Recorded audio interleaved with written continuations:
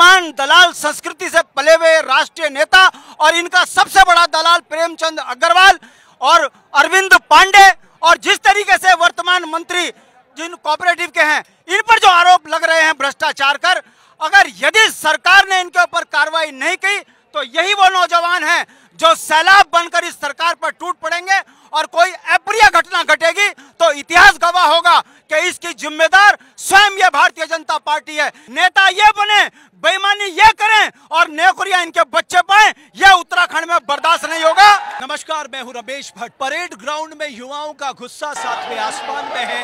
हर कोई पारदर्शिता की बात कर रहा है, भ्रष्टाचार के खिलाफ लड़ने की बात कर रहा है, भाई भतीजावाद के खिलाफ लड़ने की बात कर रहा है। और युवाओं ने आज यहाँ पर जो हल्ला बोला है ये अपने में एक ऐतिहासिक पल है। और हमारी परेड ग्राउंड में मुलाकात हुई है शांति प्रसाद भट्ट जी से, जो बहुत ही वोकल रहते हैं उत्तराखंड के मुद्दों पे। शांति जी, ये जो पूरा माहौल आपको दिख रहा है, युवाओं की ये जो भीड़ दिख रही है, ये काफी है ये संकेत देने के लिए, हुक्मरानों को समझाने के लिए कि आपकी हर काम पर जनता की नजर है?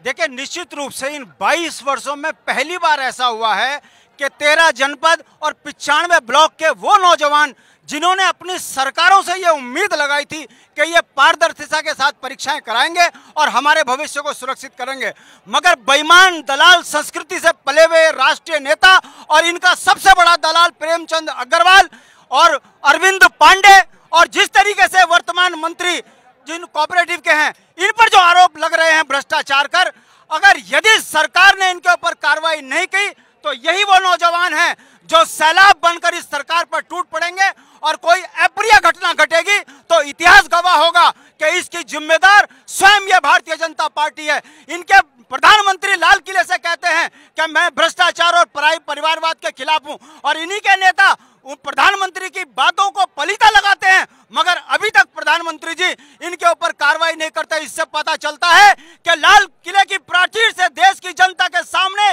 झूठ बोलने वाले प्रधानमंत्री को आखिर ये तय करना पड़ेगा कि अपनों पे कार्रवाई नहीं और गैरों के ऊपर सीबीआई जांच। हमारी ये मांग है कि यदि प्रेमचंद अग्रवाल के ऊपर गैंगस्टर एक्ट लगाकर जेल नहीं भेजा तो वो अपने घर में सुरक्षित नहीं होगा। ये वो नौजवान पीढ़ी है जिन्होंने आंदोलनों में अपने माँ बाप के साथ में कंधे से कंधा मिलाकर आवाज दी है, मगर दुर्भाग्य देखिए कि परिवारवाद की अकंठ भ्रष्टाचार में डूबी ये भारतीय जनता पार्टी, नेता ये बने, बेईमानी ये करें और नौकरियां इनके बच्चे पाएं, यह उत्तराखंड में बर्दाश्त नहीं होगा। अभी तो ये नौजवानों की अंगड़ाई है। 12 लाख सेवा नियोजन कार्यालय में बेरोजगार लोग रजिस्टर्ड हैं। अभी तो सरकार को सिर्फ ये टेलर दिखाया है, 1% लोग हैं, 10,000 से ज्यादा लोग यहाँ पर इकट्ठे हो चुके हैं। सोचिए यदि 12 लाख देहरादून की सड़कों पर उतर गए तो ये नेता सुरक्षित होंगे? ये सरकार गिर पड़ेगी। हमारा तो ये कहना है कि यदि युवाओं को इसी तरीके से प्रताड़ित करोगे तो ये सरकार बर्खास्त नहीं होगी। यह नौजवान अपने संसद में खुद अपना फैसला तय कर लेंगे, इन नेताओं को उत्तराखंड के अंदर घुसने नहीं देंगे।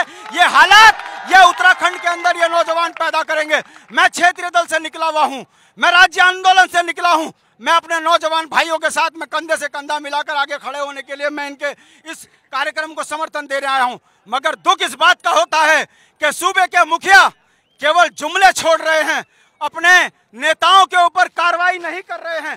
ये उत्तराखंड के लिए बहुत बड़ी प्रताड़ित करने वाली बात है।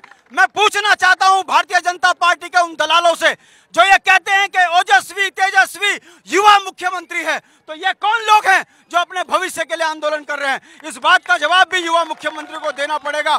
और वो तमाम भारतीय जनता पार्टी के कार्यकर्ता पदेन सदस्य याद रख लें, बच्चे आपके भी बेरोजगार हो रहे हैं। नौकरी प्रेमचंद के बेटे को मिलेगी, उसकी साली को मिलेगी, आपके बच्चों को क्या मिलेगी?